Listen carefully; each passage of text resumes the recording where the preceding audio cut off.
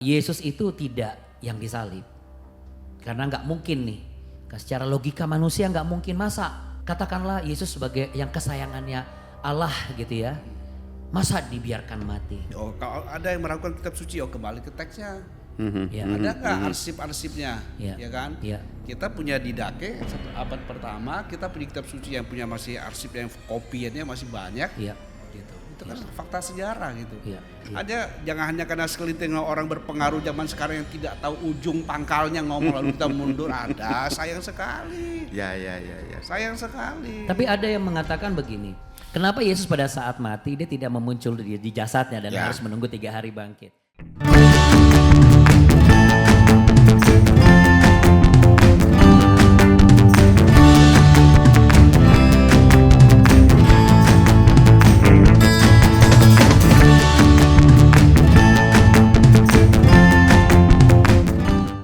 Iya, shalom untuk semua Bapak Ibu hamba Tuhan, keluarga besar, pelayan-pelayan Gereja Betel Indonesia, khususnya para gembala sidang terkasih yang diberkati Tuhan dan tentunya sedang persiapan karena besok menjelang Paskah ya. Satu momen yang menurut kita sebagai orang percaya dan sebenarnya berlaku bagi setiap manusia, ini adalah momen yang sangat penting. Yap. Ya, terpenting bahkan ya, karena kematian dan pengorbanan di kayu salib itulah yang memberikan keselamatan ya, anugerah yang diberikan kepada kita. Kembali kita ketemu di Ngeteh, ngobrol teologi tentunya bersama 3 sahabat saya. Yang di sebelah kiri saya adalah Bapak Pendeta Hari Sempulur, karena di hari apapun Senin, Selasa, Rabu, Kamis Selalu sempulur. Iya, selalu tersenyum ya. Ya. Sekarang kesibukannya sebagai pembina di GBI Gloria. Gloria. Lalu kemudian juga di BPP. PI kaum marginal. Iya, dan juga di BPD Sibit Pendidikan ya. Ya. Wah, puji Tuhan ya. Kita beri tepuk tangan dulu dong semua yang di studio BPD.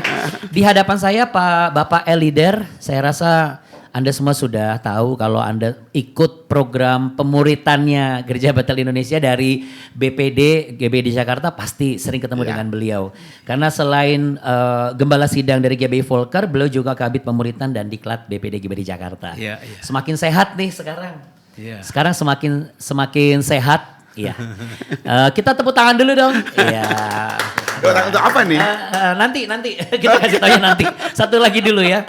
Dan juga beliau ini yang selalu memberikan pencerahan-pencerahan ya. Kalau diskusi dengan beliau ini paling nyaman karena selalu ada insight-insight baru. Bapak Pendeta Blumintat, Gembala Sidang GBI Glory United sekaligus Kabit Teologi BPD GBI di Jakarta. Ya. Ya, shalom. Dan satu lagi, last but not least, kita tepuk tangan lebih meriah karena welcome to our new studio. Makasih buat teman-teman Keren ya, yang ya. sudah menyusul Iya, benar. Kak Hizkia dan Lebih nyaman ya. semuanya, Pak Nelson dan Kak Adri dan semua yang tidak bisa disebut satu persatu. Oke, Jumat Agung, Good Friday atau Great Friday ya. Ini sebuah momen yang tentunya seharusnya ini bisa menjadi sebuah momen yang bisa membuat kita semakin terharu, kita menyelami peristiwa itu gitu ya. Tapi kita tidak bisa menyelami kalau kita tidak tahu sejarahnya. Makanya kadang-kadang ada beberapa yang sudah lama Kristen, ini Jumat Agung ini sebenarnya terus apa bedanya dengan Paskah yang dulu? Terus kenapa Tuhan Yesus kok mengajak murid-muridnya merayakan Paskah? Nah ya, mungkin ada baiknya lah berikan kembali lagi semenit semi perkuliahan. Penjelasannya. Silakan ke Pak Blumintat dulu deh. Paling enak tuh gimana untuk menjelaskan yang paling simpel? Kalau ada yang nanya gitu. Yang mana nih, kan beberapa lapis ya pertanyaannya. Langsung lah, lapisan-lapisannya langsung. Ya. Kalau Paskahnya Israel itu memang prototipe dari apa yang itu segenapi, Ya. kan? Dia tidak bisa berdiri sendiri karena mereka paling enggak kan hanya simbol dan bayangan khususnya itu domba Paskah kan, gitu. Dan tidak mungkin lah ada darahnya domba kok bisa menghandle manusia dengan segala kejahatannya. Tentu ada darah domba yang sesungguhnya itu darah anak domba yang tak bercela, yaitu Tuhan kita Yesus Kristus itu. Iya. Ya, jelas yang itu. Kalau Pak Elider sendiri, bagaimana Pak Elider memandang Jumat Agung dan bagaimana untuk menceritakan mungkin ke anak-anak, kalau dari sisi sebagai seorang pendeta, sebagai seorang ayah juga dong pastinya. Iya. Sebelum memuridkan banyak para pendeta juga memuridkan anak-anak dulu. Apa sih yang biasa Pak Alider ceritakan atau sampaikan, masih ingat nggak? Untuk menjelaskan Jumat Agung. Bahwa yang pertama itu seperti apa yang dikatakan Pak Bon, tapi kalau kita untuk sampai ke anak-anak itu cerita untuk dari perjanjian lama itu agak sulit. Iya. Ya. Untuk memudahkannya bagi saya, bahwa dari kelahiran sampai kematian, sampai kebangkitan dan kenaikan itu adalah satu episode. Iya. Yang harus diceritakan secara transparan. Ya, tidak bisa terpisah. Tidak ya? bisa terpisah. Iya. Gitu loh. Ya, semua saling berkaitan. Iya. Nah, itu sebabnya ketika kita menyampaikan kepada mereka, kita harus paham dulu siapa stakeholder yang kita hadapi. Kalau itu anak sekolah minggu, itu remaja, youth, dan tentu berbeda-beda. Metodenya berbeda-beda gitu. Yang berbeda metodenya. Metode yang berbeda-beda. Ya, Ya, sehingga inti berita itu tidak terpotong-potong seperti yang beredar sekarang. Ada yang bilang yang mati bukan Tuhan Yesus lah. Iya. Ya toh? Iya. Ini kan yang beredar sekarang. Nah, mungkin dari pertemuan kita itu bisa kita bedah ya, sehingga rekan-rekan, teman-teman yang lain walaupun tidak seiman dengan kita bisa menyaksikan ini dan akhirnya bisa mengerti dan bisa diteguhkan. Iya, dan bisa dibenarkan, Dibenarkan. ya. Ya, karena kalau diperbaiki tidak cukup ya, tapi kalau dibenarkan sudah pasti baik. Pak Haris Sempulur, Anda kan sering ketemu nih dengan teman-teman kaum marginal ya, dengan teman-teman yang mungkin berbeda latar belakang. Ada nggak yang nanya, kenapa sih kok orang Kristen merayakan Jumat Agung, itu benar nggak Doro Yesus itu yang yang mati itu gitu. Itu penjelasan Gusti Yesus itu yang mati itu. Penjelasan Bapak bagaimana, Pak? Jadi secara simpel dan sederhana saya menerangkan kepada mereka bahwa Jumat Agung pun waktu itu dirayakan besar-besaran di Israel. Walaupun mereka memperingatinya sebagai keluarnya dari bangsa Mesir. Iya, keluar dari perbudakan. Iya, dan saya bilang itu adalah simbol dari pembebasan. Iya. Saya bilang. Nah, jiwa kita ini sudah ditawan oleh iblis. Kalau kaum marginal ya dengar iblis apa gitu ya, mereka oh iya ya. Sehingga kamu jahat, kamu nakal. Itu kan karena ditawan oleh iblis. Nah, adanya kematian Yesus Kristus membebaskan kamu dari segala tawanan tadi. Jadi kayak gitu. Nah, dengan begitu mereka sadar, mereka ngerti bahwa oh iya nggak ada yang bisa nyelamatin selain Yesus tadi. Karena secara naluri manusia tidak ada yang mau tertawan ya hidupnya ya. Gak ada yang mau tertawan. Bahkan mereka sendiri pun dalam keterbatasan mereka aku pengen bebas lah seperti orang-orang yang teman-temannya Pak Hari gitu ya. Iya. Aku nggak mau di sini terus. Iya. Nah kayak gitu-gitu. Iya. Rasa tertawan yang nggak enak. Iya. Apalagi kamu tertawan oleh kuasa-kuasa yang jahat tadi. Iya. Perlu pembebasan. Iya. Nah di momen Jumat Agung biasanya saya jelaskan mereka bahwa Yesus sudah mati buat kamu. Membebaskan dirimu dari tawanan-tawanan itu. Gitu. Wow. Ya, ini menarik ya. Satu sisi pelayanan GBI khususnya apalagi yang pemuritan, lalu juga teologi dan juga ke kaum marginal. Ini kan ada dampak yang positif gitu ya. Responnya juga bagus. Tapi ternyata di sisi lain kita kehilangan nih beberapa teman-teman yang akhirnya menanggalkan dan meninggalkan ya. Kenapa saya katakan menanggalkan? Karena sebelum dia tinggalkan Yesus, dia tanggalkan dulu nih identitasnya. Tapi dia masih belum sampai akhirnya di momen tertentu dan dia berani meninggalkan. Dan ya melihat situasi yang sekarang ini yang menurut saya sedang dalam kondisi darurat iman ya. Hanya karena pemberitaan dan juga sebuah informasi yang sebenarnya mereka sendiri juga tertawan oleh karena ketidaktahuan. Kembali lagi kalimat bahwa Yesus itu tidak yang disalib.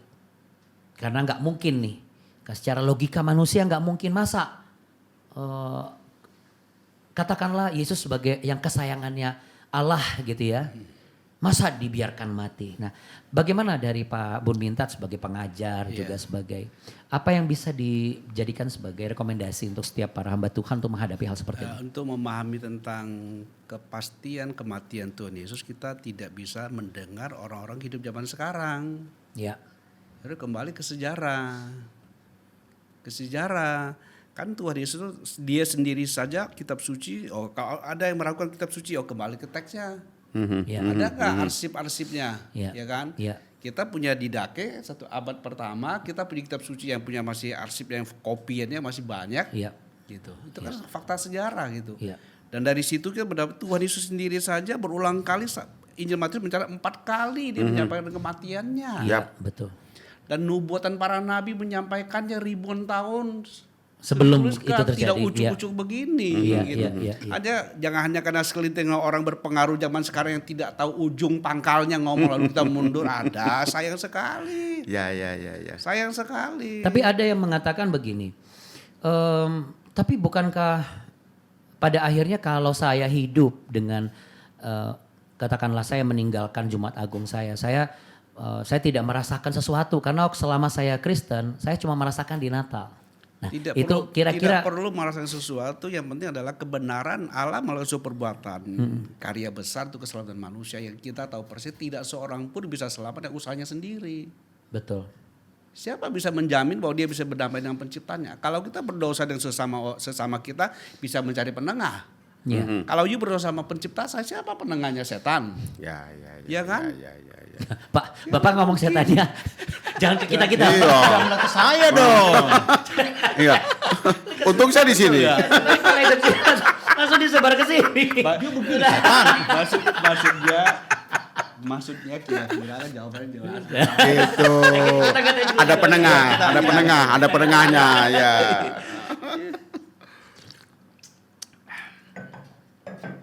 Kalau ada yang bertanya, bagaimana dengan fenomena roh orang mati yang sudah mati lalu kemudian muncul lagi? Kenapa Yesus pada saat mati dia tidak memuncul di jasadnya dan harus menunggu 3 hari bangkit? Apa yang bisa dijadikan sebagai rekomendasi penjelasan yang konkret dan sederhana gitu? Iya. Karena roh yang orang mati ini bisa ngomong semua alamat-alamat. Ngasih informasi-informasi yang aktual gitu loh. Lo kok tahu semua? Wah ini pasti rohnya ini harus ada di sini nih, makanya jangan dikubur dulu. Nah itu kira-kira bagaimana penjelasannya? Jadi begini, tadi kita sudah sedikit diskusi ya. Kalau memang roh orang mati itu bisa bangun lagi, bisa bangkit lagi, ya jangan masuk ke orang lain dong. Punya sendiri aja ya. Kalau saya mati misalnya, roh saya ada tuh, Iya. sini katanya bilang gentayangan, Iya. masuk ke Pak Bun. Ya. Kenapa Saya masuk? adalah Iya. dia. Ya. Kenapa bukan masuk ke saya aja? Bangun lagi ya maksudnya Bangun ya? lagi, gitu loh, ya Jadi kan? itu roh apa itu? Kok bisa tahu itu kalau kayak begitu Jadi itu gimana? kalau Yesus itu bangkit itu, dia ada tujuannya. Ya. Tujuannya supaya nama Tuhan dipermuliakan, supaya apa yang ada dalam perjanjian lama itu digenapi. Betul. Karena tanpa kebangkitan sia-sia kita gitu loh. Betul. Iya kan? Betul. Nah, tujuannya apa? Menunjukkan bahwa dia itu punya otoritas menyelamatkan, Ya. ya, menyelamatkan. Dan dia sampai dibilang gitu, setelah dia bangkit, dibilang aku akan naik, tapi aku akan mencurahkan rohku. Nggak ada nabi yang begitu. Ada nggak manusia yang begitu? Kan nggak ada. Ya. Hanya dia gitu loh. Jadi dia punya tujuan. Tapi kalau seseorang yang sudah mati, lalu dia dibilang rohnya gentayangan, tujuannya apa? Nggak ada tujuannya. Selain iblis itu memakai situasi seperti itu supaya orang percaya kepada iblis. Oh iya, kita akhirnya dibodohin. Iblis itu kan penipu. Iya. Ya kan? Dan dia bisa menyerupai seperti malaikat Bisa. terang. Jangan salah, dia juga punya. Dan daya ingat dia itu. Daya ingat dan daya pikat ya Pak ya? Iya, jadi kita jangan sampai terkesimak gitu dengan hal Oke. seperti itu.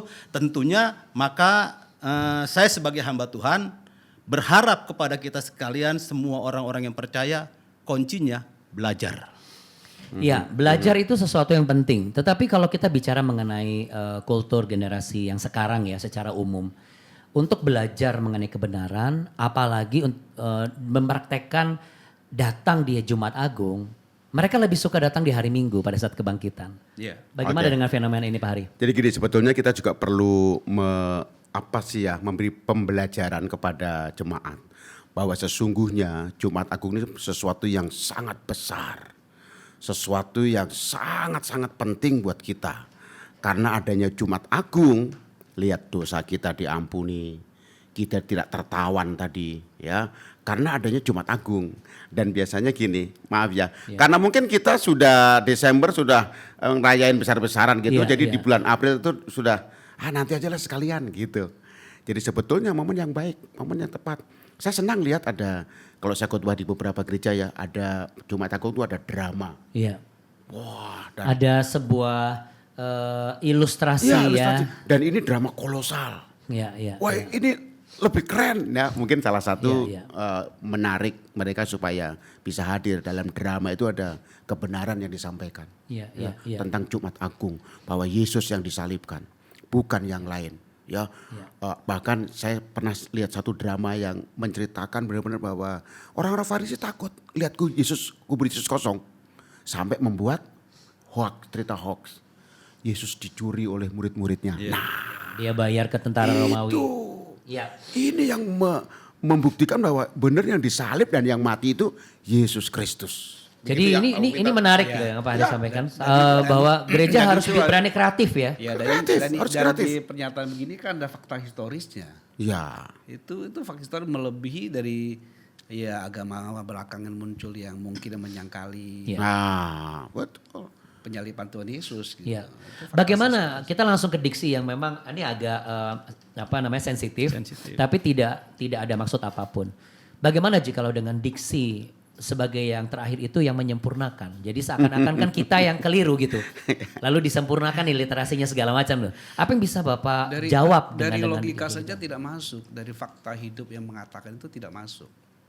Di mana tidak masuknya? Iya, yang mengatakan begini kan dia kalah, dia tidak bisa mengalahkan kematian. Tidak bisa Mengalahkan kematian. mengalahkan kematian. Iya kan? Iya. Gimana mungkin pernyataannya sendiri kan tidak bisa didukung dengan hidupnya. Iya. Secara etika moral tidak lebih tinggi dari masa yang lama aja kan. Iya, iya, iya. Gitu. Iya. Kalau Tuhan kita Yesus Kristus, dia itu adalah menggenapi seluruh apa dikatakan dalam kitab yang lama. Iya. Tidak satu pun yang meleset. Bahkan ketika dia masih di muka bumi dia mengatakan berulang kali tentang keberadaan dirinya. Iya. Gitu. Dibuktikan dengan tanda-tanda dan mujizat. Membangkitkan orang mati, mencari orang kusta. Ya. Itu tanda-tanda Mesias ada pada dia. Iya, iya. Dan nggak bisa disangkal itu. Nah, ini menarik. Tanda-tanda Mesias saya jadi ingat ada beberapa pengakuan pendeta-pendeta di luar sana yang baru-baru ini mengakui bahwa roh Mesias ada padaku. Nah, ini bagaimana nih untuk menyikapi ini? Benarkah itu benar-benar the Holy Spirit, ada Spirit of Jesus yang ada di beberapa pendeta ini yang melakukan banyak sekali atraksi-atraksi kesembuhan dan juga hal-hal yang spektakuler dan supranatural, atau sebenarnya itu perlu diuji apakah benar, tapi yang bersangkutan mengklaim. Kalau dari Pak Elider sendiri melihat sebelum ke Pak Pemintar, karena Pemintar udah gak sabar pengen jawab. Tadi dulu, Pak. Kalau bagi saya, ya memang Tuhan sendiri yang berkata, aku akan memberikan kuasa kepada setiap orang yang percaya. Karena aku adalah kebangkitan dan hidup. Aku akan berikan kuasa. Ya. Tetapi seperti apa yang Bung Andi tadakan, ujilah aku. Ya, kita harus sebagai orang percaya, sebagai hamba Tuhan, betul, setiap apakah roh. ini dari Tuhan? Uji setiap Buah-buahnya mungkin ya lebih Iya kan? lebih mengarah kepada buahnya. Ya. Kan banyak orang, wah roh Tuhan ada sama saya begini-begini. Kita nggak tahu, ya kita juga tidak berhak untuk menghakimi mereka. Betul, tidak ada maksud menghakimi, tapi maksudnya kita mau meluruskan supaya Iya. teman-teman pelayan Tuhan juga tidak mudah juga terpengaruh dengan hal seperti ini. Iya, Ya, tidak menghakimi, tapi ketika kebenaran dipaparkan pasti terhakimi dia. terhakimi. Pada satu sisi iya. Ya, karena kan tolak ukurnya disampaikan itu. Iya, karena kebenaran ditegakkan tuh. Ditegakkan. Kita tidak menghakimi, tapi harus menghakimi dengan benar kata Iya, Tuhan. iya, iya, dengan kasih. Artinya kita harus menegakkan itu dengan firman ini. kembali kepada Alkitab itu, kepada firman itu yang benar gitu loh. Jangan kita capek lah mencuri kemuliaan Tuhan. Nggak ada untungnya buat kita. Ya kan? Itu kan cara tipu daya iblis juga. Oke. Supaya saya top gitu kan, kita ngomong begini supaya top gitu, Yeah. supaya saya diundang kan begitu.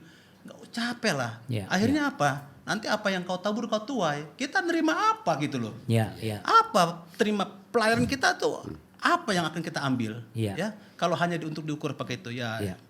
Akan minum. Kami dari BPD berharap jangan adalah dari GB seperti itu, begitu loh. Iya. Karena menarik Pak, ketika saya ngobrol-ngobrol juga ada yang bertanya, mereka juga cukup kagum. Iya. Ya kalau saya katakan kagum banget nanti takutnya kita GR. Maksudnya gini, oh ternyata GBI komplit ya gitu, terus terstruktur dengan benar ya. Jadi ada teologinya, lalu kemudian juga ada pelayanan keluarga, pasutri, pemuritan, bahkan dan itu pos-posnya tuh ada dan segala macam gitu. Kalau dari Pak Haris sendiri, kira-kira apa yang bisa diberikan selain gereja harus berani nih kreatif di Jumat Agung supaya itu tidak hanya memberikan sebuah suguhan yang menarik, tapi juga sebuah informasi yang faktual ya mengenai kebenaran kitab suci, dan itu menggugah nurani setiap orang Kristen untuk menghargai dan menghormati dan memuliakan momen Jumat Agung ini ya. Dan di situ kita bisa selain gereja kreatif, apa yang bisa Pak Hari sampaikan lagi? Selain kreatif, gereja juga harus menyampaikan kebenaran. Ini yang penting. Ya. Karena kan di luar sana sudah banyak orang bingung, Ya, ya. ya. Apalagi tadi ada ajaran-ajaran yang mengklaim bahwa dia adalah penyempurna, Ya. ada mujizat-mujizat. Ya. Harus ada kebenaran yang disampaikan, kebenaran yang sesuai dengan firman Tuhan, Ya. Dok. Yang ini yang nggak bisa diganggu gugat, ya. Intinya adalah keselamatan tetap hanya ada dalam Yesus. Harga mati. Harga mati. Bagaimana Harga mati. Pak Bun Minta untuk menegakkan kebenaran secara absolut? Dengan kebenaran terus kita harus kembali kepada sumbernya. Ya, pada Alkitab. Alkitab baca Alkitab. Ya. Karena yang menyatakan diri siapa itu kan Tuhan, Ya. bukan kita. Alkitab itu adalah penyataan Tuhan tentang dirinya dan karyanya kepada kita. Dan itu bukan ujung, dia ada urutannya, tidak seketika begitu. Iya. Gitu muncul. Tiba-tiba muncul jadi nabi, kan nggak bisa segitu. Iya. Proses ya, Pak. Iya, dia ada apalagi berkaitan dengan menjadi juru selamat. Pertanyaan menjelang terakhir. Ada teman saya yang sayangnya saat ini ya sudah tidak bersama, warnanya tidak sama lagi. Saya ingat ini, saya diingatkan oleh Roh Kudus ya, bahwa dia pernah nanya begini, habis gimana bro? Waktu itu saya masih belum jadi hamba Tuhan. Tapi sudah mulai melayani. Pada saat Yesus mau mati aja deh gitu. Matius, Markus, Lukas, Yohanes. Penulisannya beda-beda gitu. Harusnya sama dong. Nah ini kan dia mengadopsi dari teman-temannya yang tidak memahami kitab suci. Bagaimana menjawab ini? Dengan penulisan penderitaan Yesus yang disampaikan, persiapan perjamuan terakhir juga ada yang perikopnya yang pendek, ada yang panjang, ada yang membasuh kaki, ada yang tidak. Bagaimana untuk bisa memberikan penjelasan sederhana untuk membuka consciousnya dia untuk mau belajar mengenai firman Yang Tuhan? jelas kan penulis Injil kan maksudnya punya audiensnya beda-beda. Oke. Tujuannya beda-beda dan Roh Kudus menuntun mereka berbeda-beda. Oke. Gitu. Secara historis mereka tidak bertentangan. Tidak bertentangan. Ada banyak kebenaran yang Roh Kudus sampaikan lewat masing-masing pribadi yang berbeda. Ya. Gitu. Jadi harus perhatikan kepada siapa surat itu ditujukan Injil ini. Ya, Gitu. latar belakangnya juga ya. Harus tahu. Gitu. Ya, jadi tidak hanya membandingkan, oh ini kok si Matius ngomongnya begini, kok Lukas penulisannya begini gitu ya. Karena gaya penulisan berbeda itu kan pasti Jadi ada. sekali lagi dia tidak hanya bicara menulis fakta historis, Iya. tapi ada kebenaran Nah, itu yang penting. yang Ya. Roh Kudus punya otoritas untuk Iya. sampaikan. Iya, Gitu. iya, iya. Kesaksian. Iya. Iya. Jadi intinya adalah walaupun mungkin berbeda penulisannya, tapi inti dari kebenaran itu sama.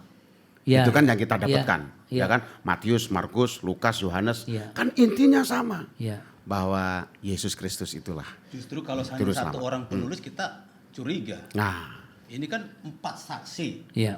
ya yang berbeda-beda Iya. dan tujuan Dan melihat kejadian itu Kejadian. dalam di waktu yang sama. Iya, dia melihat tapi dengan cara pandangnya Iya. Berbeda kan, Iya. sehingga tulisannya juga kan berbeda. Ya saya rasa kalau kita berempat dikasih kertas putih, lalu suruh ditulis bagaimana kondisi studio baru. Wes. Substansinya saya sama. saya pasti nulisnya begini, Bapak begini. Tapi Iya. kan kalau kita gabungkan, oh iya, studionya lebih bagus gitu ya, bagus. lebih update. Pasti gitu, pasti ada kata-kata yang sama. Kalau saya bilang kursinya ketinggian. Ya mungkin itu kursi ketinggian, tapi ujung-ujungnya, tapi saya suka. Gitu. Iya, saya suka. Saya suka. Iya kan? Oke. Oke. Apa yang bisa Pak Hari sampaikan terkait juga dengan apa yang Bapak sedang kerjakan hari-hari ini, khususnya di momen Jumat Agung ini? Jumat Agung tetap saya membawa mereka kepada satu kebenaran yang tidak boleh kita lupakan adalah Yesus mati buat kita, melepaskan kita dari setiap belenggu dosa yang ditawarkan iblis untuk kita ikuti. Itu saja yang saya sampaikan, Ya. kebenaran yang sesuai dengan iman kita dalam Yesus, Ya. yang semua sudah ditulis dalam Alkitab. Iya. gitu. Pak Elider, apa yang bisa Bapak tambahkan supaya setiap hamba-hamba Tuhan selain pendeta kan juga sebagai Bapak juga gitu ya, Iya. bisa juga mengadopsi untuk bisa memuridkan keluarga-keluarga mereka. Iya, pada kesempatan ini saya mengingatkan suka tidak suka, mau tidak mau, pengajaran-pengajaran yang menyesatkan semakin berkembang. Iya, iya, iya. Ya, Iya. oleh sebab itu kami punya satu tools ya yang dinamakan Excellent Ministry. Ini yang akan kami sampaikan kepada hamba-hamba Tuhan yang ada di DKI Jakarta sehingga mereka punya kesiapan di dalam menghadapi situasi dan kondisi yang berkembang saat ini. Iya, iya. Baik itu pengajaran, baik itu ada yang mengatakan aku adalah penyembuh dan lain sebagainya. Iya, Ya, karena walaupun bagaimana kita perlu satu metode untuk menyampaikan inti berita itu kepada jemaat supaya nyampe, Iya. ya supaya nyampe. Jadi Ya. tidak hanya di awang-awang, Ya. tapi supaya nyampe. Nah ini kita akan mengadakan excellent ministry, ya, dan saya percaya ini akan sangat memberkati gembala jemaat dan hamba-hamba Tuhan yang ada di DKI Jakarta. Kalau ada yang bertanya bagaimana cara mendapatkannya Pak? Ya, kita akan buka pendaftaran. Kita akan pertama kita akan meminta, saya sudah bicara dengan ketua BPD, saya hanya minta pertama ketua perwil, sekretaris perwil, bendahara dan para sibit. Untuk kita adakan di tempat ini, ya TFT tempat ini sehingga ketika mereka sudah paham Ya. untuk sosialisasi ke gereja-gereja lokal itu tidak sulit karena ketua perwilnya sudah mengerti maksud dan tujuannya. Oke. Apa ini kelanjutan dari Deeper itu bukan? Bukan, Ini berbeda ya? berbeda. Jadi justru ini memperlengkapi ya? Iya, justru ini memperlengkapi, Iya, iya, memperlengkapi. Iya. Iya. Iya. Kalau ada yang bertanya di apaan tuh? Nah, Iya. Bapak Ibu harus menghubungi Buka lagi BPD. Atau buka lagi YouTube-nya. Ya kalau Bapak Ibu juga ingin mengundang kami untuk pembicara di gereja lokal masing-masing silakan. Iya. Iya. Iya, langsung menghubungi Pak Leader sekaligus ya Pak Leader Tampu Bolon, langsung saja hubungi, nomornya ada di kantor BPD. Mampirlah ke BPD Jakarta ya. Oke, last but not least Pak Bun Mintat, tolong rangkum dari apa yang sudah kita bicarakan, apa yang bisa Anda sampaikan? Ya, berkenaan Jumat Agung atau memperingati hari kesengsaraan Tuhan Kristus karena kita dan untuk kita. Ya, itu Yesus bukan menderita karena dirinya. Ya. Dia diserahkan karena pemberontakan kita, dibangkitkan untuk pembenaran kita. Iya. Tapi kita sebagai orang-orang yang sudah memahami kebenaran harus mau hidup oleh kebenaran ini. Supaya dengan demikian kita menjadi saksi hidup. Kalau enggak kita bisa menjadi batu sandungan gitu. Iya. Ya. Ya. Ngomong kebenaran mulut penuh dengan kebenaran tapi hidup sehari-hari tidak menampakkan gitu. Karena itu saya kutip satu ayat di Roma pasal 6 ayat 11 mengatakan, bicara tentang kesatuan kita dalam kematian dan kebangkitan Tuhan Yesus, mengatakan demikian. Demikianlah hendaknya kamu memandangnya atau memperhitungkannya lebih tepat, bahwa kamu telah mati bagi dosa, tetapi kamu hidup bagi Allah dalam Kristus Yesus. Jadi kalau kita mau supaya kebenaran ini tetap tersampaikan, kita harus menjadi saksi, Ya. bukan bersaksi dulu. Bagaimana kita menjadi saksi? Kita harus menerima firman itu dan mengubah pola pikir kita.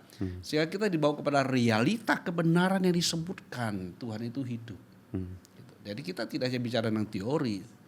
Gitu. Karena itu kita harus memasukkan kebenaran itu memperhitungkan menjadi milik kita. Ya.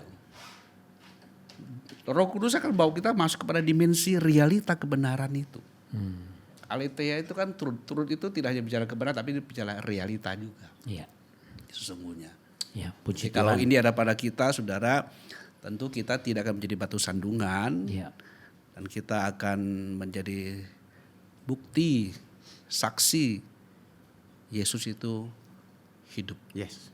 Dan kiranya dari apa yang kita bicarakan, kerinduan kita adalah semua gereja-gereja yang ada di Gereja Bethel Indonesia, khususnya di wilayah Jakarta, melalui pelayanan setiap hamba Tuhannya dan para pengerjanya dan pertumbuhan jemaatnya, itu benar-benar mempresentasikan kehidupan Yesus yang real di dalam kesehariannya dan juga pelayanan. Ya, jangan lupa untuk hubungi Pak Elider.